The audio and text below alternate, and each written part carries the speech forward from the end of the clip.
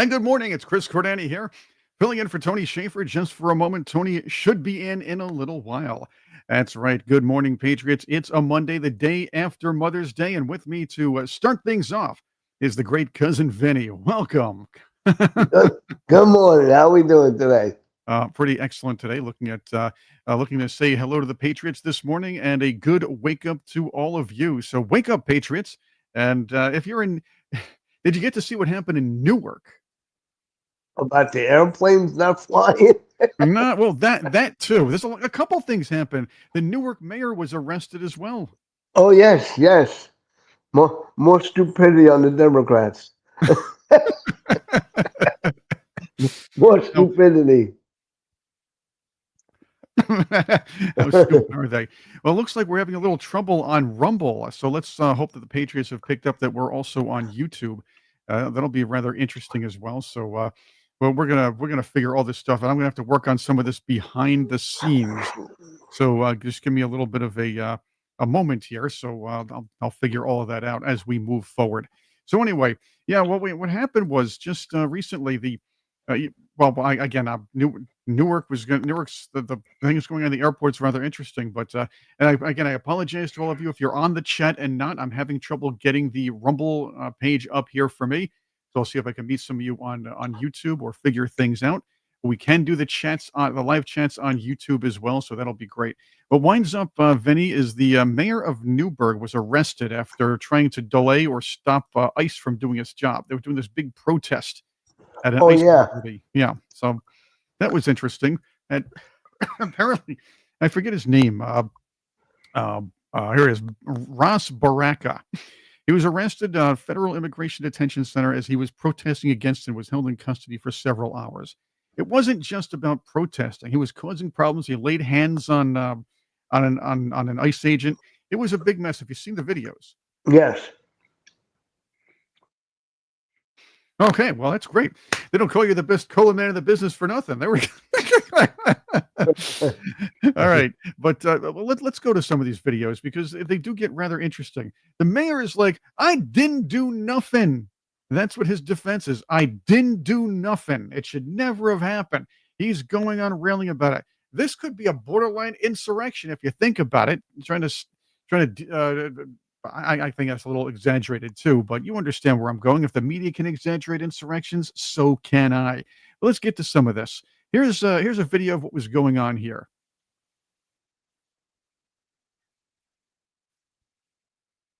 Oh, I'll get that going here. I have the wrong channel on here. That's what happens when I'm not paying attention. Oh, And it's a Monday. It's just what happens on a Monday. So let's do that. Here you go. Here's the video. And what you're going to see, a lot of garbage going on here. The mayor and everything else. But see this woman in red?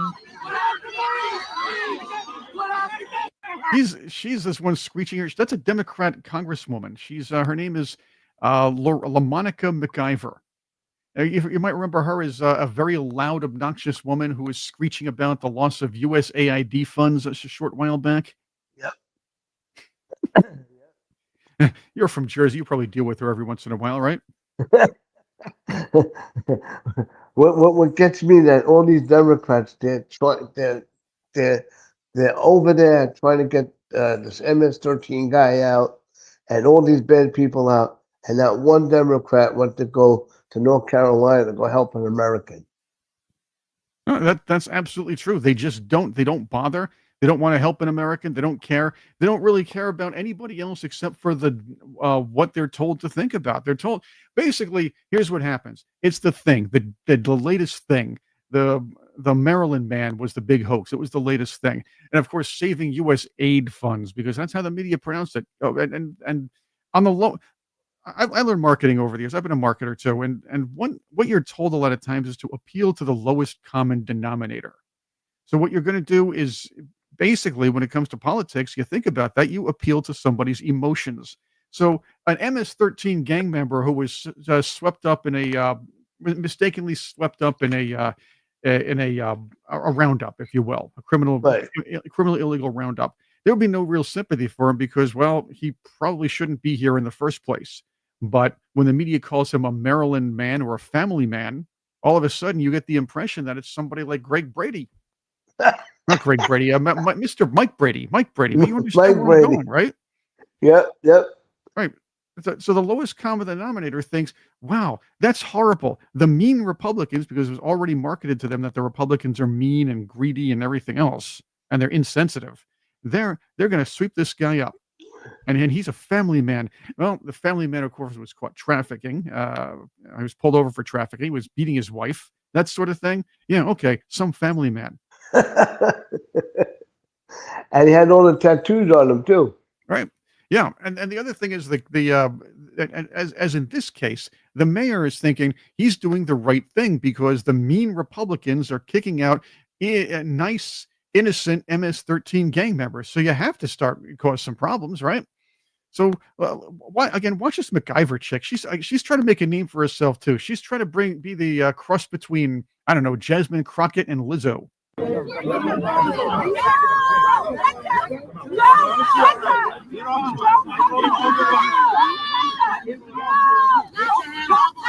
She's laying hands on people, you know.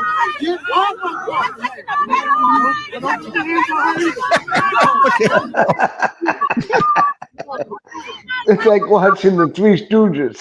I know. Patriots, I'm going to get on what you think. I just want to get back to the. Well, I want to get on this here. I want to get on the Wake Up Patriots Rumble page. It's a little issue right here. What do you think, Vinny? Oh my God, this is a disgrace. This is a disgrace. I think they all should be locked up.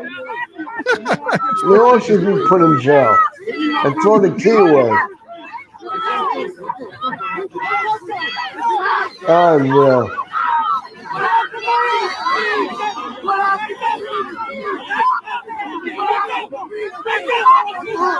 It's a mess. Holy cow, man. It's. I mean, there's no words here. They're trying to make a name. These politicians, like the Newark mayor, the LaMonica McIver, they're trying to make names for themselves, and they're causing problems so they can come back and say, "Look what we're doing for you.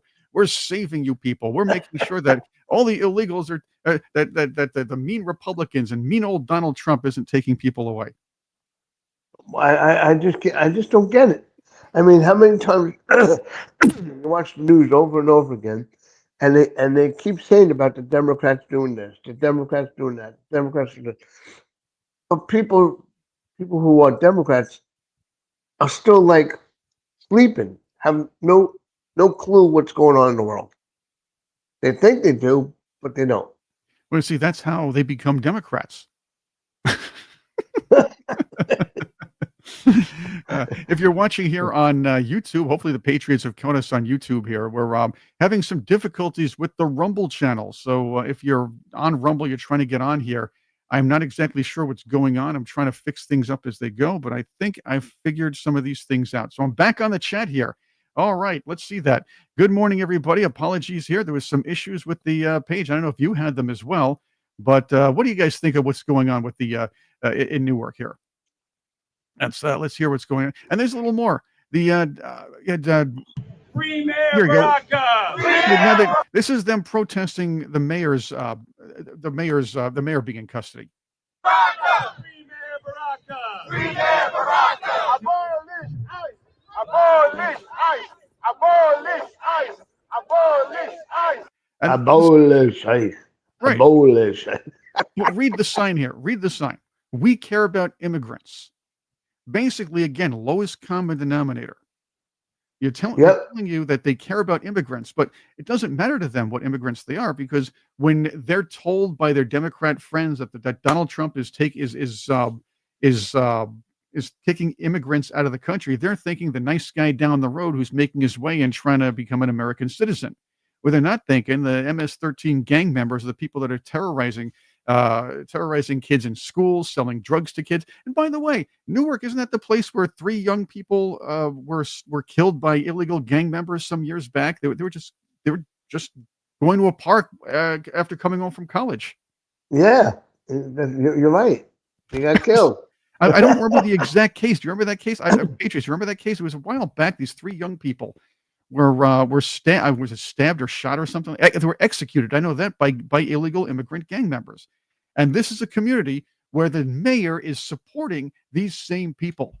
How do these people get into office? They That's right. get paid. Obstructing and assaulting federal officers. Look, lock them up now. That's right, American Mark. I'm with you there. We can even call this an insurrection. It's government building, right? They're trespassing. Yeah, why not? Lock them up. Lock That's them right. up. If me and you do something bad, they lock us up, throw the key away, and they'll never think about us again. That's right. You know? Yep. Now, good morning, everybody here, by the way. And we're going to have Mike McCormick coming in pretty soon. We want to talk a little about Pope Leo the 14th. From what I'm understanding is I'm doing a lot of reading on him. I don't trust the news media, basically.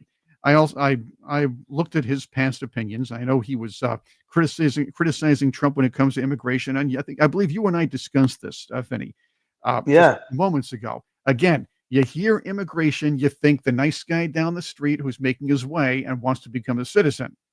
You're not thinking, or at least you don't want to convey that you're thinking of the people that are causing problems, or the people that are taking over villages in Europe, the people that are terrorizing neighborhoods in America, right? Right, you're right. I mean, I don't know. There's so many things going bad in the world, and people are not trying to work together and trying to fix it. I don't get it. Yeah, exactly. We're going to be talking about Pope Leo the 14th, and I want to get some objective thoughts from our panel here, from you, of course, from Tony when he comes in, and of course from our Patriots. But he does have a lot of wokish tendencies. That's where I'm going to go here. I read an article in Rolling Stone about him, and again, the Rolling Stone's a liberal lying publication. They made up that whole lacrosse team situation. They tried to double down on that. They made up other stories because they had to push the white people are horrible narrative. But I read it because I like to see what the other side thinks. Yes, they were going, he's going to be pro LGTB and all this other stuff. But and the editor was so angry about the fact that the Pope was against abortion. Well, I believe even the woke popes are going to be against abortion. So wokies are not going to be very happy with that. What are your thoughts there? Well, I mean, I also heard that he wants open borders. He wants to help more of the illegals, and again, than than the people of the United States.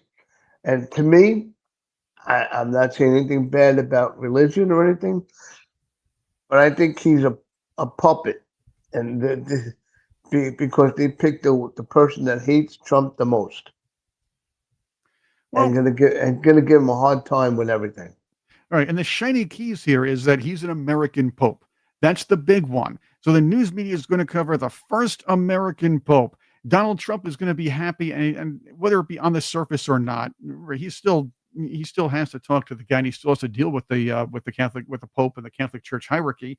You have to say it's great to have an American Pope. We don't we can analyze, we can watch from the sidelines and say, I didn't think there would ever be an American Pope.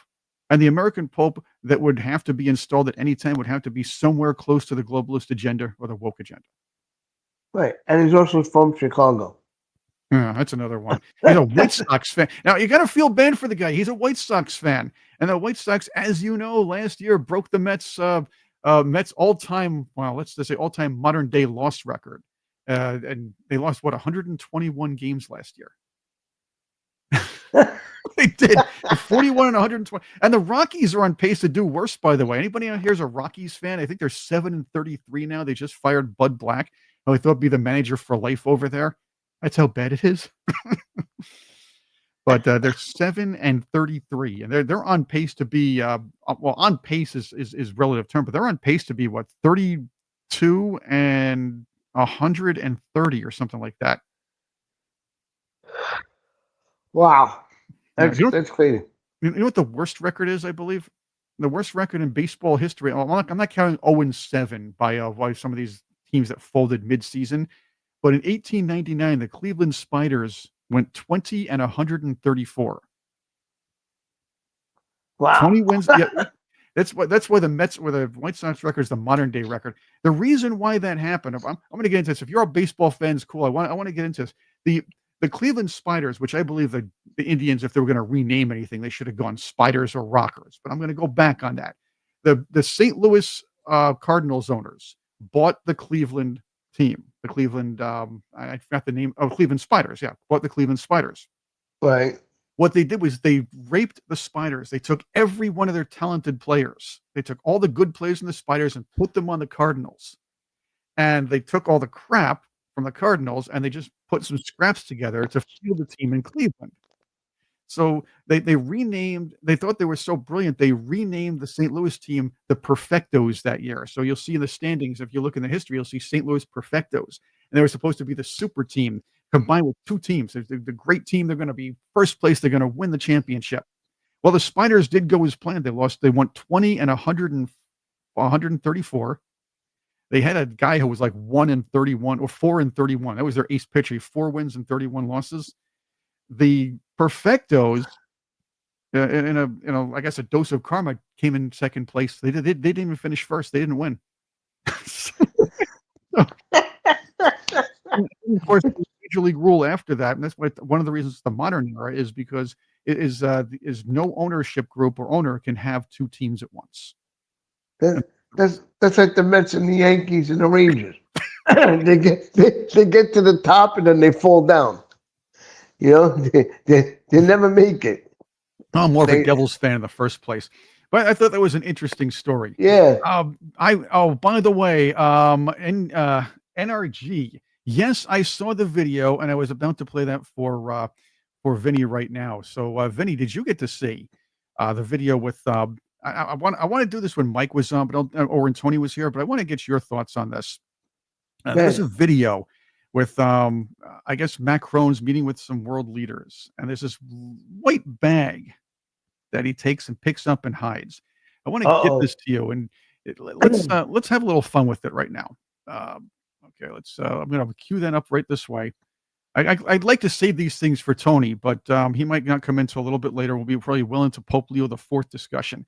We're going to get to this video right now. You're going to see Macron sitting here with his buddies, or was meeting at the table here. He's meeting with Starmer and Merz.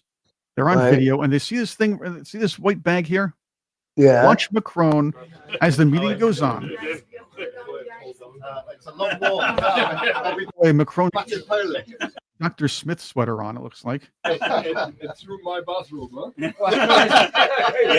They look pretty happy for some reason. I wonder what it is. Yeah. Look at the bag here. Look at the bag on the table, right by the glass. Macron's looking at it, it's like yapping to his buddies, and all of a sudden, whoa, hold it back. What's that doing there? Oh, got to put that back.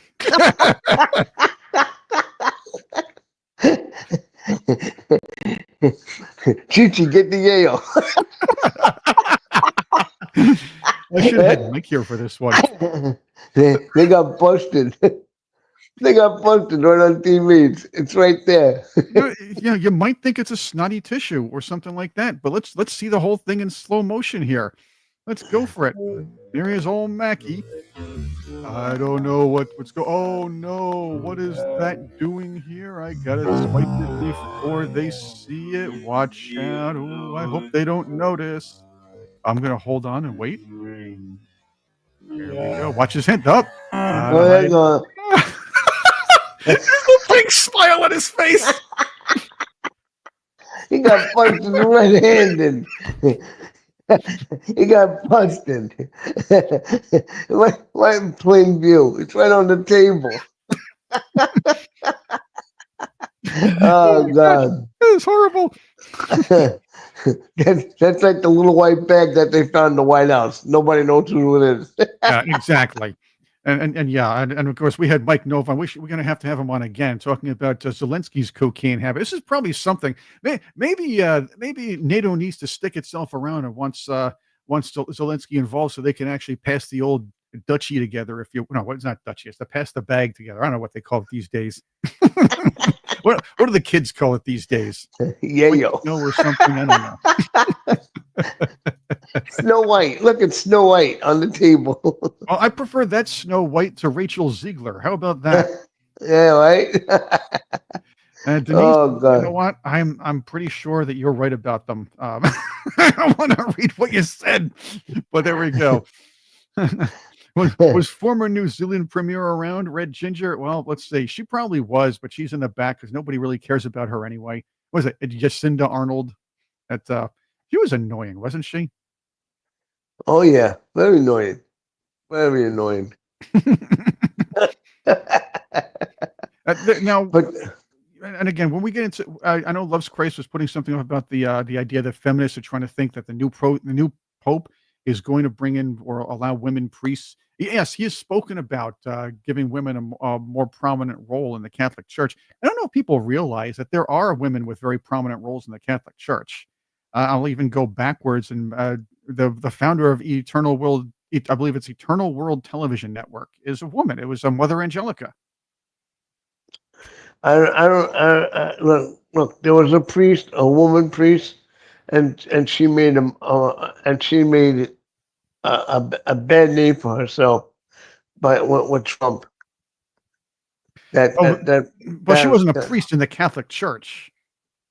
I don't know what she to me she was a dumbass to No, do yeah. something like that. You know what I mean? And preach to the president. Like, come on, that's not the time and the place to do that. No, I totally agree. I agree with you 100%, and that is true. Um, I want to get to a couple other stories as we move forward here. We're waiting for Mike McCormick because he's going to pop in pretty soon. Cousin Vinny's with me, and we are having fun here. Well, that's another little thing of Macron. We're going to have here are a couple stories I thought were rather interesting. The left has been using, you know, how the left used lawfare against Donald Trump when he was running for office and trying to throw him in jail.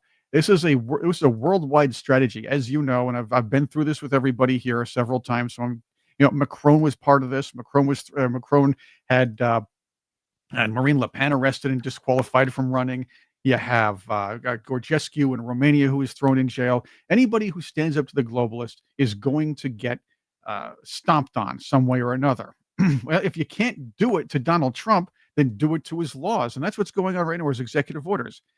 Judicial Watch's founder is saying America is under siege as he's studying what the judges have been doing. Like, Boseberg and a couple of others who are trying as hard as they can to stop the president from making moves on illegal immigration. I don't get it. They're so for illegals. It just drives me nuts. And just, I have a friend of mine. I posted a couple things on social media, and all they keep telling me, "Oh, that's not real. That's fake. That's a meme. That's a this. That's a that." Because she's a diehard Democrat, and it drives me nuts. It Well, drives me nuts. here's what I could ask you right here. I want to ask the Patriots this. January 6th protesters, who were generally definitely more peaceful for the most part, aside from the bad actors, than anybody who was involved in the St. Floyd protests. That's number one. However, while the Democrats aided the St. Floyd protesters, they were very quick to throw some of these people, grandmas and grandpas, and people who just showed up there in jail, in solitary confinement without the due process that they seem to claim now that illegal immigrants who are not really protected under the U.S. Constitution as citizens would be, but that same habeas corpus, if you will, habeas corpus. So, what are your thoughts on that? Well, me towards what's going on. I mean, just like like the real ID. Now, if you don't have the real ID, everybody's going to be, get caught. If you're illegal, you're going to get caught now because you got a license when you jumped over the fence. They gave you a license, so now they know where you live, your name, your birthday, your every. They know exactly where everything is. And to me, I think it was the greatest idea to have the real ID. Okay, that's fair. I have another question for you, and this is for all you patriots out there. I have a question for you, and I want to know your answers on this one real quick here. How long before the liberals, the far left, all your politicians, the AOCs of the world, the Elizabeth Warrens of the world, start standing up against the idea of lowering drug prices? Since Donald Trump is going to sign an executive order aimed at lowering drug prices. I tell you, it's going to happen. If they're going to protect MS-13 members and Tren de Aragua, they're definitely going to sign. Well, They're I definitely, well, they're I definitely, don't. they're definitely going to stop against this executive order. Yeah, but Trump also said that he's going to bring the pharmaceutical back to the United States because a lot of stuff is made in China. Oh, a lot of the medicine is made in China. So make it here, and it'll be a lot cheaper. There's no middleman. It's made in the United States. You know? Exactly. Well, here's the story here. It's in the Wall Street Journal, and basically, I believe he signed it on Sunday. Now that I think about it, because he said on Sunday he would actually do that. Hey, it's Monday today. What are you going to do? Anyway, that's a pretty good thing here. So I apologize for my cough today.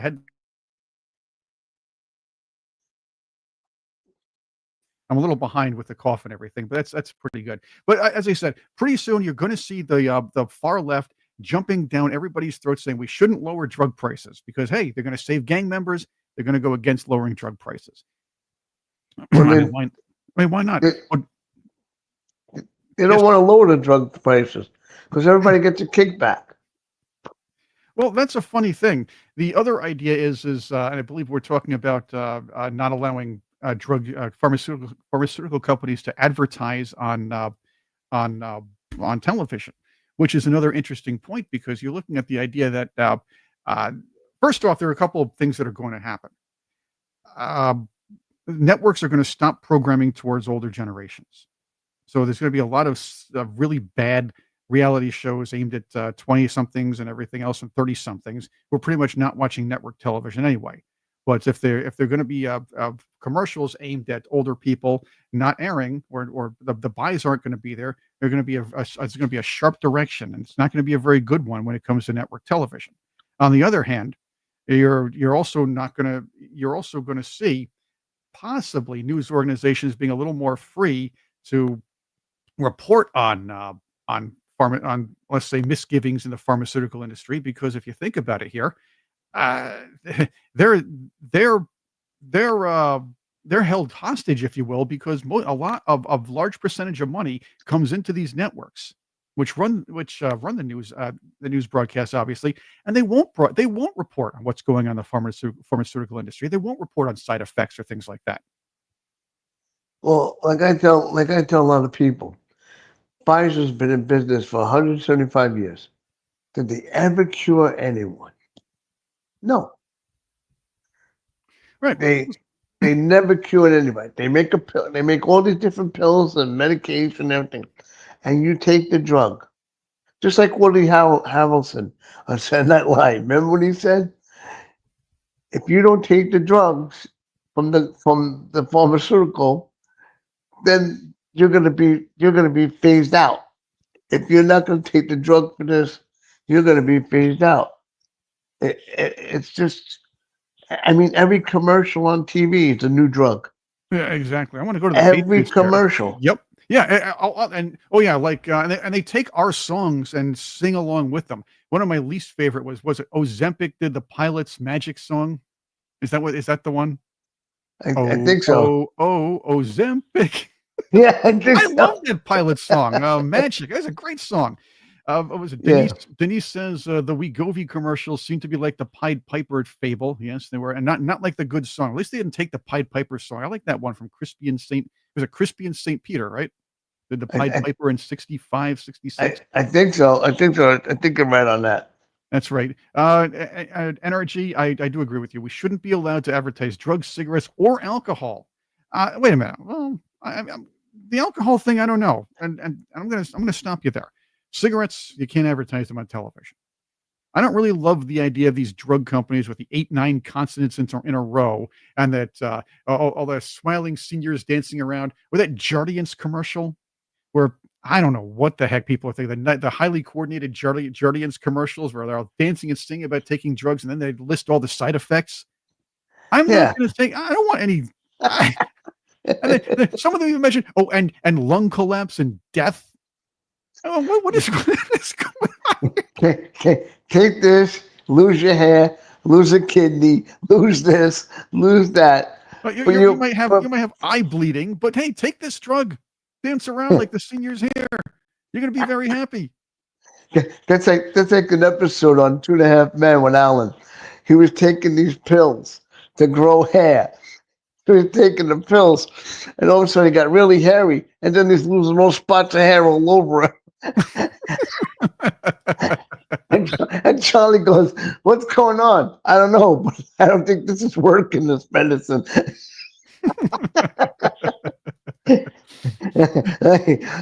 That's a funny show, man. I like that show. Oh, yeah. And now here's the other thing. I don't think we should not. I'm okay with alcohol being advertised. And I understand it's legal, and I know it's harmful, and I get that. But where would we be without those great light beer commercials from the 70s and 80s?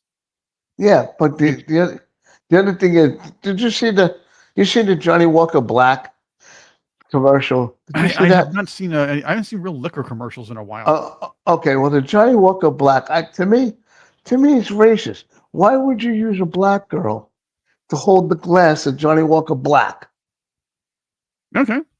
That to me, that's racist. Don't do that. There's enough problems in the world. Well, I don't know. Why would you do that? I don't think that was right. Oh, by the insider myself says, Denise, I love the Marlboro Man. I had a crush on him as a kid. Of course, he died of lung cancer. Yeah, it was a big one. The Marlboro Man died of lung cancer. Do you remember the 70s? Hey, now you want to go to the cigarettes. Remember the 70s where they had the feminist cigarettes, the Virginia Slims? Oh yeah, Virginia Slim. Yeah, And they had these and they were feminists, skinny. the strong feminist women with the pantsuits going smoking up, and the thing was the slogan was, "You've come a long way, baby."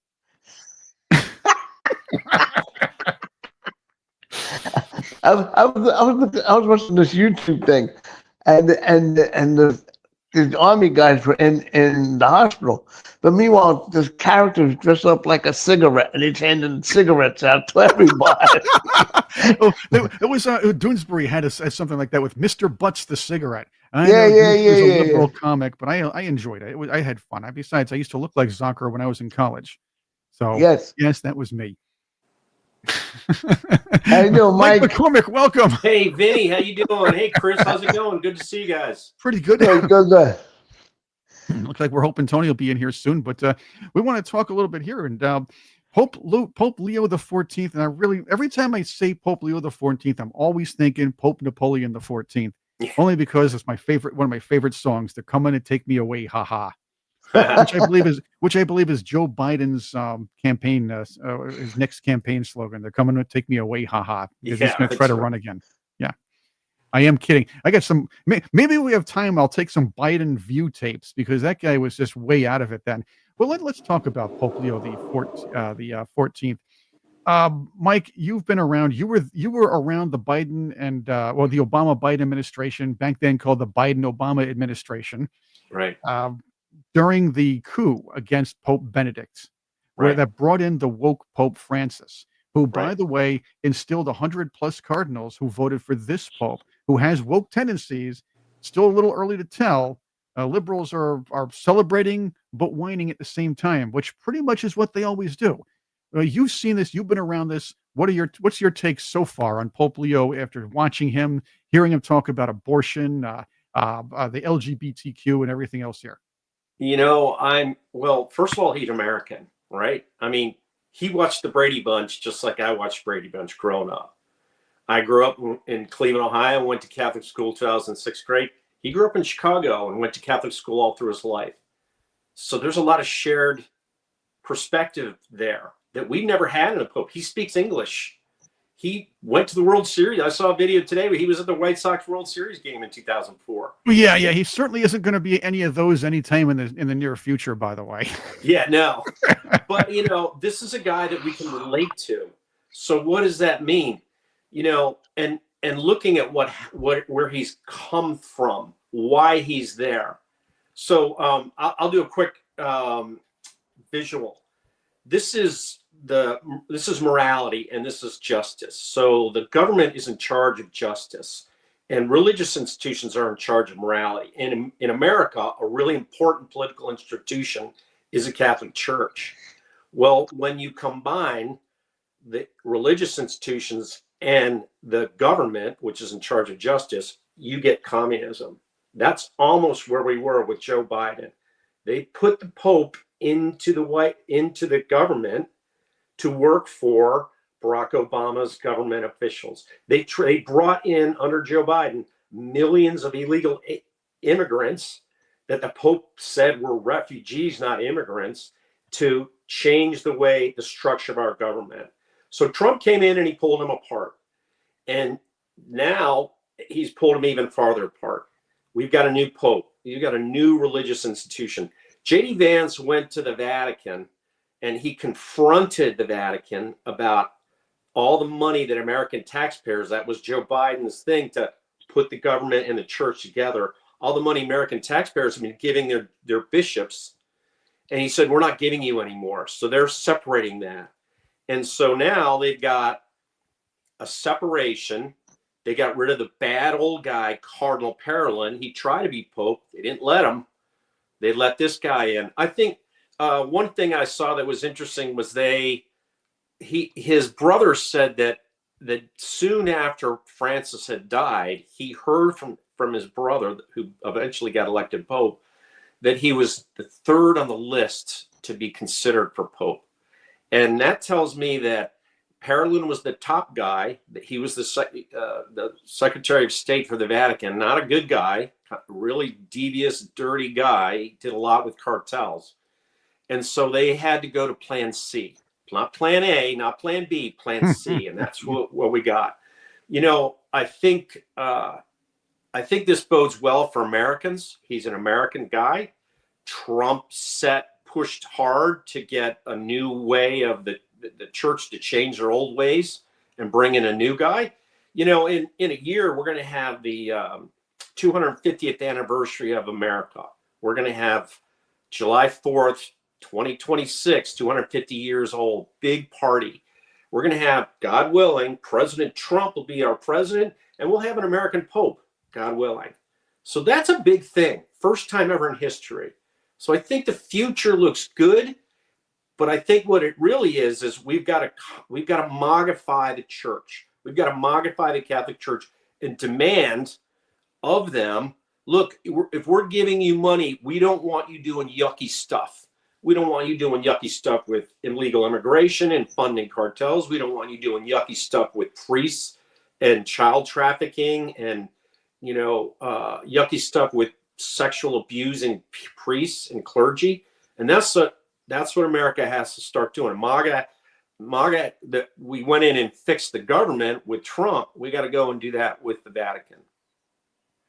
Well, this is significant for a couple of other reasons. Now, you say this guy is a Plan C. Well, this Plan C was elected rather quickly in comparison to the popes of the most recent popes. Even Pope John Paul recently was. It took almost forever to elect this guy. This was quick. This was 2 days. Right. Yeah, they had a lot. They had a lot of setup for it. Pope Francis set it up. He put a lot of the cardinals that were electors into their jobs to be electors. And one of the guys they got to know was this guy, Pope Leo. He was the guy who sort of went around and identified people who were bishops who could be cardinals. And then he got back in touch with them and said, hey, Pope Francis likes you. You're going to be a cardinal. So they knew who he was. Some of the information I heard out of the reporters that were in Rome was that a lot of the cardinals that was their first time ever being in an election, in a conclave election. And they weren't really sure what they were doing. So they were looking for a familiar face, a familiar voice. And there he was, the guy who sort of called him and said, hey, Pope Francis wants you to be a cardinal. So he had that leg up. He did have meetings with conservative Cardinal Burke. That's a good thing.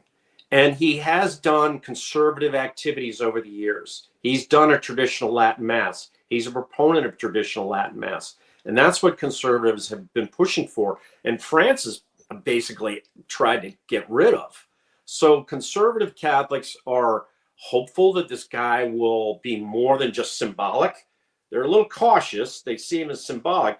But the fact is, Trump has stopped the illegal immigration with the government. Trump has stopped our government support of the church. And the church doesn't have a lot of money.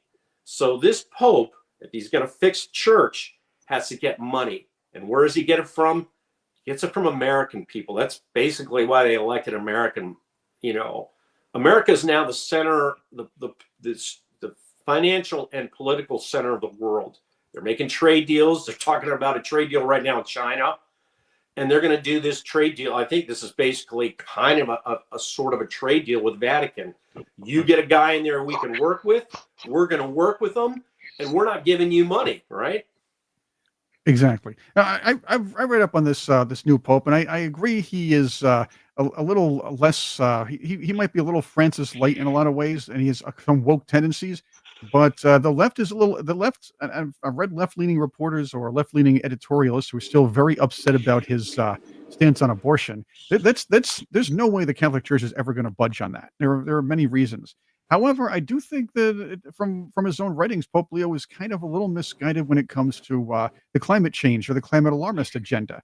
He seems to be on board with that under the guise, and I was discussing this again with something similar to this with Cousin Vinny before you came on. The idea is when people say climate change is bad or we have to protect the environment, they seem to juxtapose the two. But they juxtapose it to the point where we're ingrained in our heads that the mean humans are destroying the environment, so we have to fall in line with the climate change agenda.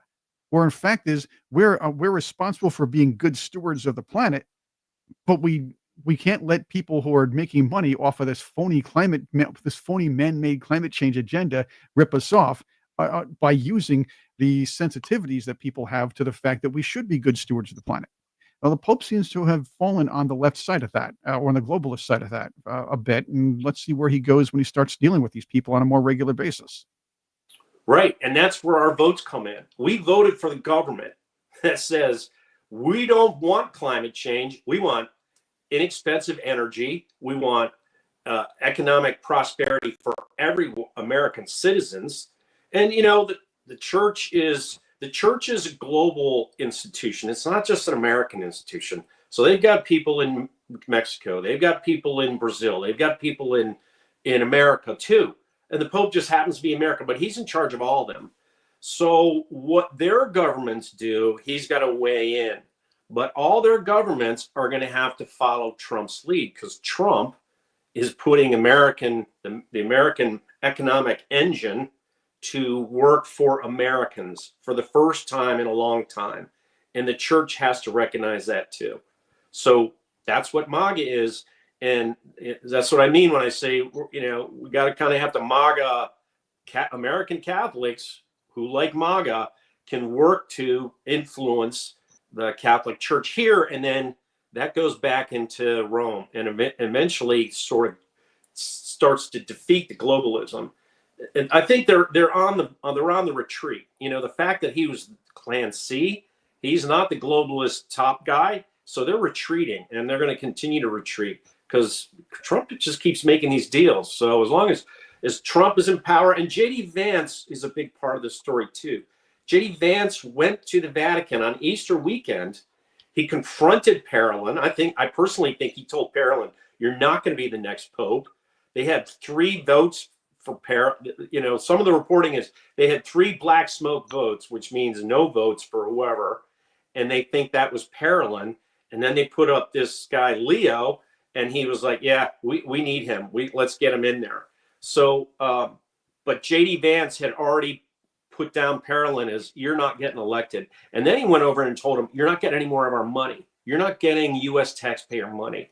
So the church, which doesn't have a lot of free cash flow, they got a lot of assets in treasures and real estate and things around the world, but they're in trouble as far as money, cash flow. They've had to pay a lot of money out for these sex abuse lawsuits, and they've got a lot of behind the scenes. They actually needed a Doge in the Vatican.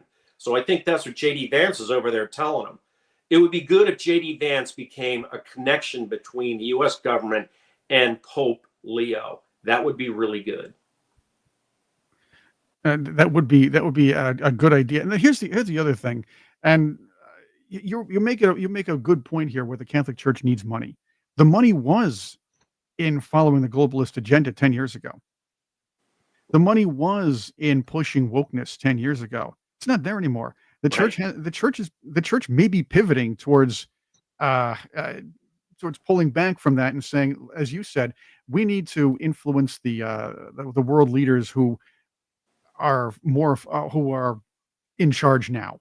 We need to gain our influence back, and we need to make sure that they help us out. They supply us money. They help us rebuild our churches and even safeguard our churches. That's an important point. And yes, you were getting a lot of backlash from a lot of the rank and file clergy who were saying, "Well, we have to respect the Pope, but he's bashing tradition by trying to allow discussing the idea of homosexual marriages." And again, I'm a to each his own person. But the church also has the right. The churchgoers have the right to their own as well, their own ways.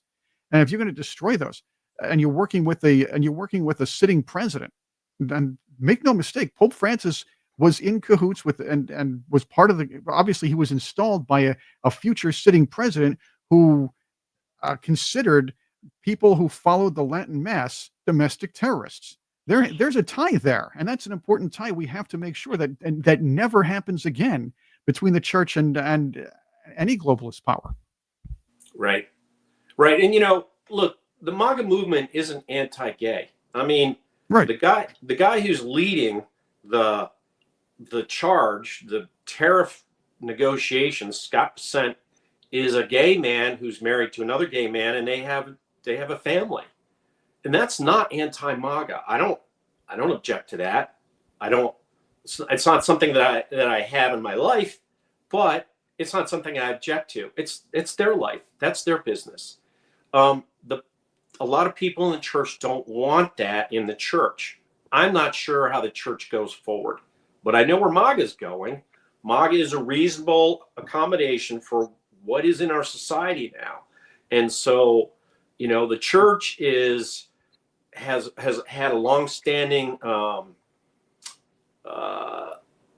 clergy is supposed to be celibate, and they've mucked that up. And part of the reason they mucked that up over the last 50 years, personally, I believe, is the CIA got involved into the church. I think the best thing that could happen is that the government and the church separate, and Trump is in charge of MAGA, and the church is in charge of the church. If you're a Catholic, you've got to have your say. You've got to have as much say in the church as you can. I think we're starting to realize that what the Pope is not. There's not an infallible Pope. We've been through 12 years of a non-infallible Pope, and they've had to elect. God willing, he passed on when he did, and they brought in a new Pope. But he was brought in through an election. So there's an election process that determines the leadership of the Catholic Church. And that election process can be influenced after it's over. It's not like he gets elected and everybody sits back and goes, he gets to do whatever he wants.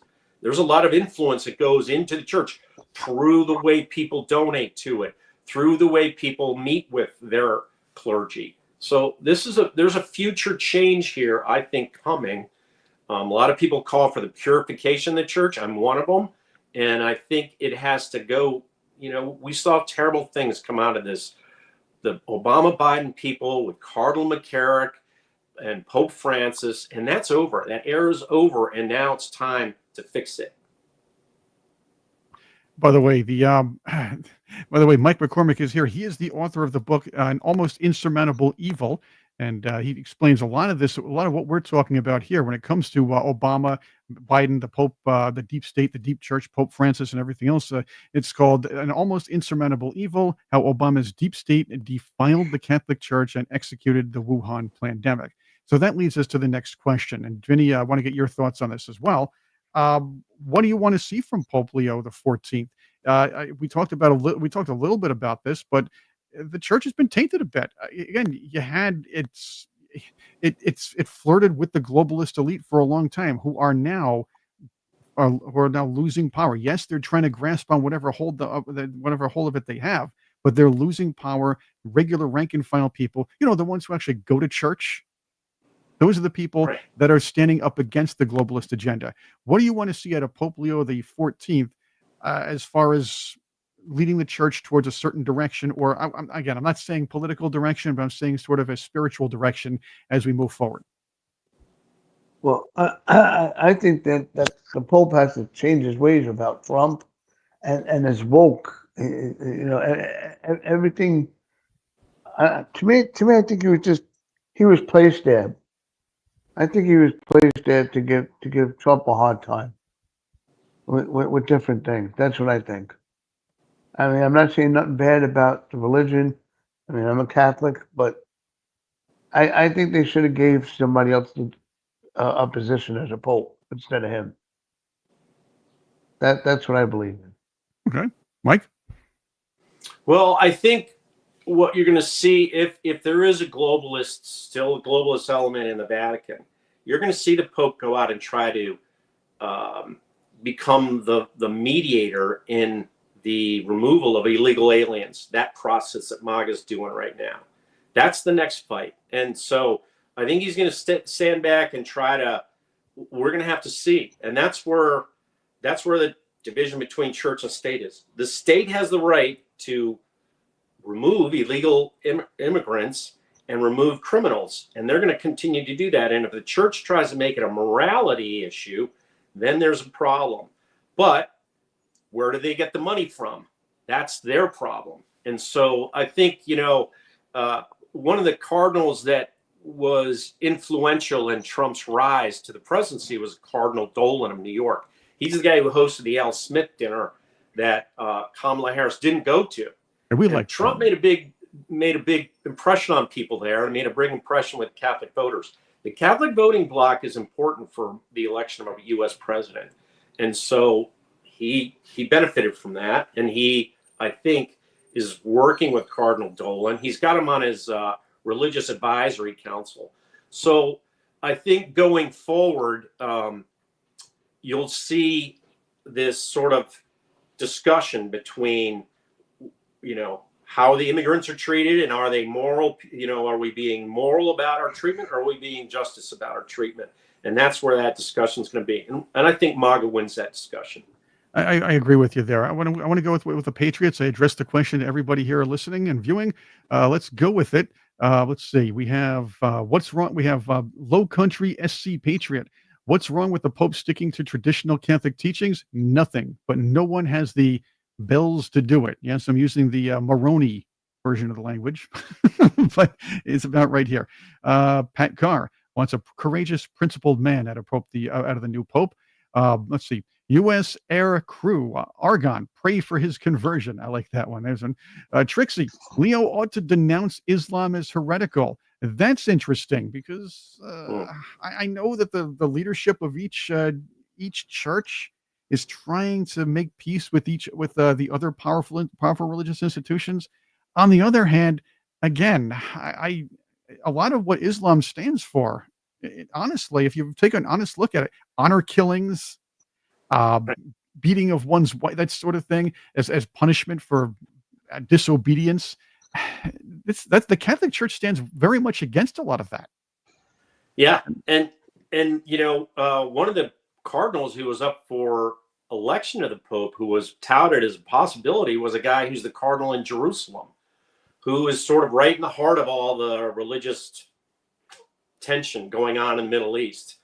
And Trump leaves for Saudi Arabia today. So you got Trump going over there. You've got the American government going over there and doing justice. And then you've got the Pope, and you've got the religious side of it. So,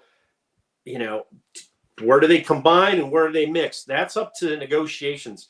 Trump has his reasons. We voted for Trump. We don't vote for the Pope directly, but we help him understand what we want to do with our church by what we donate and what we tell our clergy. So, I think the church has to follow the lead of, well, they got to follow the money, and the money I don't think is in globalism anymore. You did say something about relatability as far as this Pope. Well, a guy I can relate to is his brother. Yeah. who shared a post calling Yeah. Nancy Pelosi a drunk. Well, let's Oh put it my this way. God. A drunk Karen's closing line on Tuesdays at the end of the show. Oh God, that's funny, man. It's hilarious. But yeah, she definitely, she's probably up there. That's all I can tell you. I do think that's hilarious. And you want to talk about the era of Francis being over? Well, let's talk about one of the guys that helped install him. Did you see Joe Biden on The View? Yeah. Oh, what a what? He was gone. I don't know how we. Hopefully, I don't know how America is going to be fixed in 4 years. It's going to take 12 years to fix the damage this guy's done, but this guy still thinks he's absolutely brilliant. And you know what? Around these 4 women, he might actually look brilliant. Let's listen to what he had to say with Joy and the Crow. That all the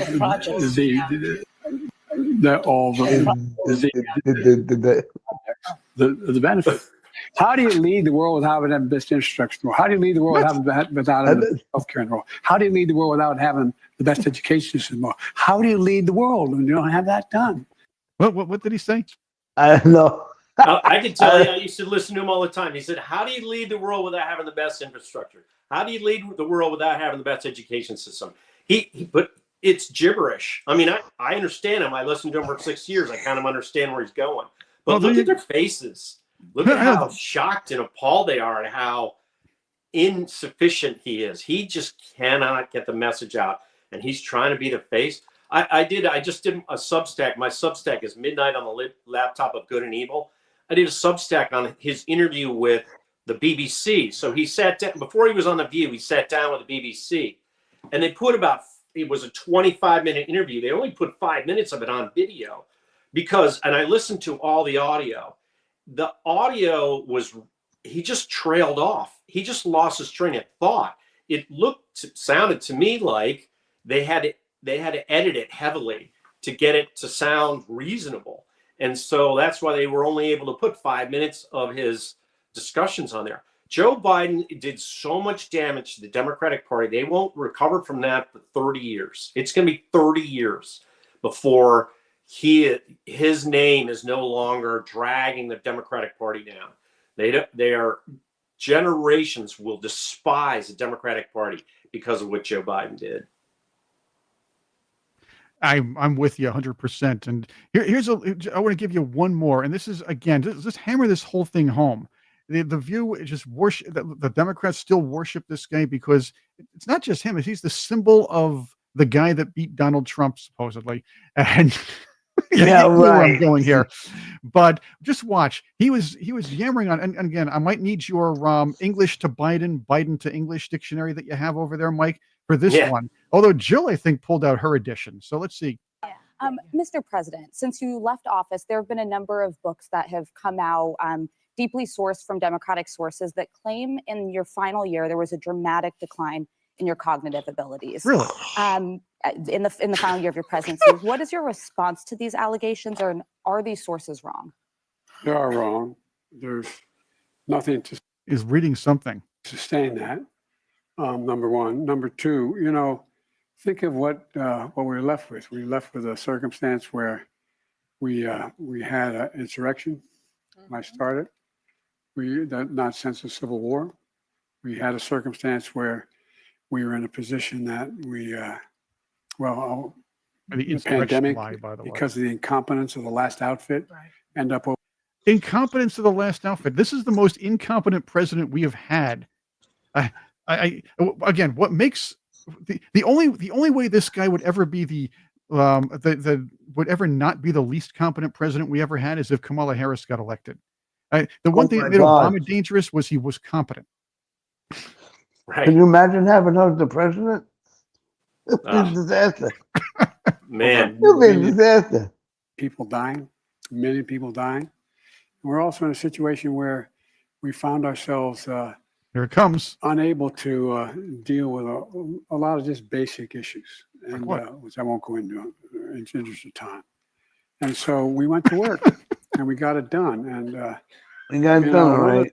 It's a fact, Jack. That Well, Well, and Alyssa, you know, one of Jill to the rescue. the Yeah, things he I he think couldn't is that remember. He couldn't remember what he was supposed to who wrote say. those books were not in the White House with us, and they didn't see how hard Joe worked every single. He was like, I was one Jill, of those books. I was one of those books, and I was on Fox News in September of 2020 saying Joe Biden is too old to be president. He's not physically able to do it. He's not mentally able to do it. That was before the election. And everybody covered it up for years because I could tell in 2020 he'd already declined so much from when I worked for him in 2017. And they do not want to hear about me and my perspective. They don't want my book out there. They don't want people reading my book, but they're going to start to hear about it because I believe I'll be able to get some testimony in. We've got a new U.S. attorney in D.C., Janine Pirro, and we've got Ed Martin is now in charge of the weaponization of government for the Department of Justice. I think I can get in front of the grand jury and do some testifying about what I saw, what I witnessed by Joe Biden. You gotta like Vinny. You gotta like what Donald Trump did with that. He tries to get Ed Martin in as the D.C. prosecutor. The turncoat and the Democrats are like, no, there's no way you're going to do this. So he gives Ed Martin a tougher job, a better job, and brings in Janine Pirro. That's a 2-for-1 right there. Wow. and she's good too. I like her. I like her. She's pretty good. But Mike, Vinny, I want to thank you for being here. Patriots, thank you for being here with us today. Tony will be here tomorrow. Karen's going to be here. We do have another special guest tomorrow, and we're going to be talking some major issues as well. I know we try to get to everything in the 1 hour. If I had the 2 hours, I get to everything we can talk about here. But we'll do that again. Tony will be here. We're going to have Wednesday. It'll be fun too.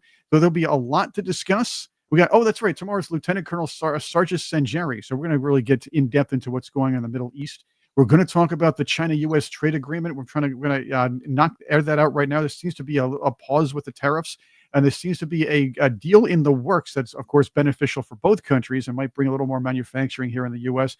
But again, it's only the headlines. Let's hammer it out. Let's do some research, and we'll talk about this all tomorrow. Again, Mike, the book is An Almost Insurmountable Evil, and of course, the Substack is, and you can subscribe to that. Check it out. It's Midnight in a Laptop of Good and Evil. Vinny, thanks for being here too.